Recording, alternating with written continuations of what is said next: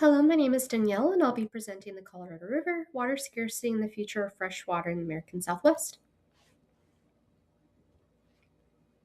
So, how did the river get here? Well, it all started around 70 to 40 million years ago when the Laramide orogeny first formed the Rocky Mountains, as well as the Colorado Plateau, which was formed by the subduction zone boundary when the tectonic plate was subducting over the Sierra Nevada, California region. And then through the millions of years, as well as through 500 million years ago, when there used to be an ocean going through the central basin of Colorado, there was a deposit of sedimentary rock, which is where the river flows through primarily, as well as the sedimentary rock with occasional pockets of igneous metamorphic materials entering the basins through presence of Arizona and Nevada.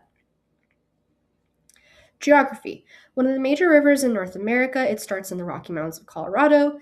The Colorado River spans around 1,400 million miles, or million miles, sorry, 1,400 miles, where it eventually discharges into the Gulf of Mexico, spreading over about 246,000 miles across 7 states. And we'll talk about those 7 states a little bit later in regards to water rights. It was given the nickname of the Lifeline of the Southwest because it is characterized by a deep cut gorge. Kind of looks like a vein running through a pretty desolate, dry area, which isn't very much known for supporting wildlife or human life.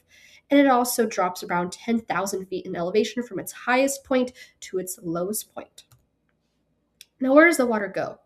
The water provides 40 million people of fresh water from the Colorado River.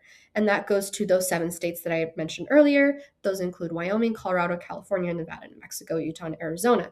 And those 7 states were part of the 1922 Colorado River Compact, which was pretty hefty in relation to California, needing a large amount of water to supply a large growing population. And it divided the Colorado River into two drainage basin areas, the upper basin and the lower basin, which were then divided into subcategories, providing those mentioned states with their water right allocations. And it's also used by various indigenous tribes, and it has a very deep history of indigenous tribes using it as a prehistoric canal irrigation system for their crops way back when, which are pretty much characterized as prehistoric. Now, in the modern times, there are about 30 federalized recognized indigenous tribes by the U.S. Bureau of Reclamation that all have water rights. And as of December 2020, those tribes held diversion water rights of approximately 3.4 million acre feet, which is actually pretty insignificant looking at the other acre feet that's allocated to other areas. So how's it managed? Again, it's around 7 states. It's actually 2 countries. There's a pretty hefty history of water rights of the Colorado River being argued against by the United States and Mexico, with those upper basins and lower basin supplying those respective states, with basin waters being allocated for both agricultural and municipal, industrial, homes, urban areas like that, with the largest reservoirs including Lake Mead and Lake Powell being held by the Hoover Dam and Glen Canyon, respectively, holding 26.1 million acre feet and 23.3 million acre feet.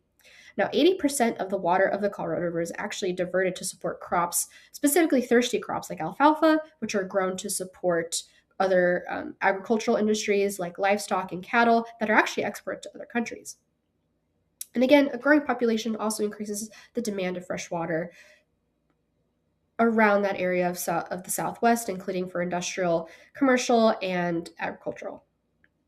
Water flow and depletion. So according to the Bureau of Reclamation, the 23-year period from 2000 to 2022 was actually the driest 23-year period in more than 100 years of the Colorado River record keeping, and it was among the driest periods in the last 1,200 years, which is extremely significant, with a historic average rate being 14.6 million acre feet, the current one being 12.4 million acre feet, and that's just from the U.S. Bureau of Reclamation.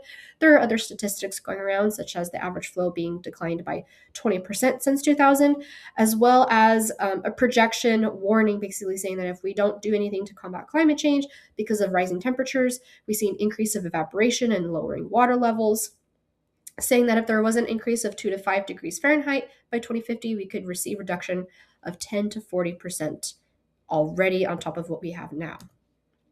Ecological impacts. So the environmental impact reports that were first established when these programs were put in place were actually put in place when the Endangered Species Act was passed. So when the Endangered Species Act was passed, there were many different programs. One I wanted to highlight was the Upper Colorado Endangered Fish Recovery Program, and that was signed by the various governors of the states listed, as well as the Secretary of Interior and then administrator of WAPA, which is another program established within the Colorado River.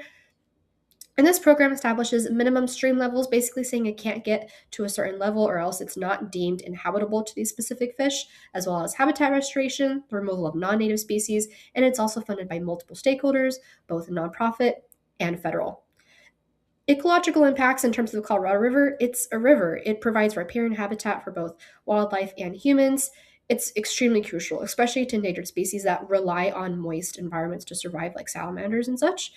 And this specific river flows through actually 7 national wildlife refuges and 11 National Park Service units alone, which is extremely significant for one source, for one water body source to touch multiple different protection areas, which is good because it means that a lot of the areas are protected, but we should be keeping in mind.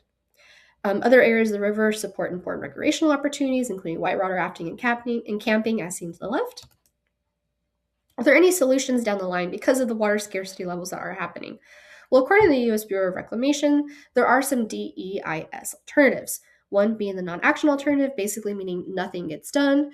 The second one being the basic coordination alternative, basically reducing the lower basin deliveries based off of Lake Mead. The enhancing coordination alternative reduces overall deliveries based off of Lake Mead and Lake Powell combined, so that's both upper and lower basin, taking both of those numbers into consideration. The maximum operational flexibility alternative, which reduces delivery on a priority basis based off of a dual indicator of basin-wide reservoir storage and groundwater hydrology. It's basically saying how many people are down the line, who needs it here and who needs it there, prioritizing it that way. And then there's the supply-driven alternative, which is a little bit more similar to the maximum operational flexibility, in which it determines delivery shortages based off of both Lake Mead elevation with delivery reductions at differing elevation levels, both priority and per rate basis. Now, what's next? Basically, it's a part-time fix. Arizona, California, and Nevada are offering to cut back on the amount of water they want to take by the river. They're seeing it being up to an additional 1 million acre feet annually through 2028, which wouldn't be very much considering that it's a 23 million acre foot capacity just in one reservoir alone. And there is a mediator that's trying to help find a solution between all the different states who are looking for different solutions, with also the Assistant Secretary of Water and Science, Andrea Travnik, basically saying, given the severity of the risks facing the Colorado River system, it's imperative that we take action quickly because it supplies water to 40 million people, it supports vital agricultural, hydropower, tribal, wildlife, recreational uses, and everything else in between. So that's my presentation. Thank you.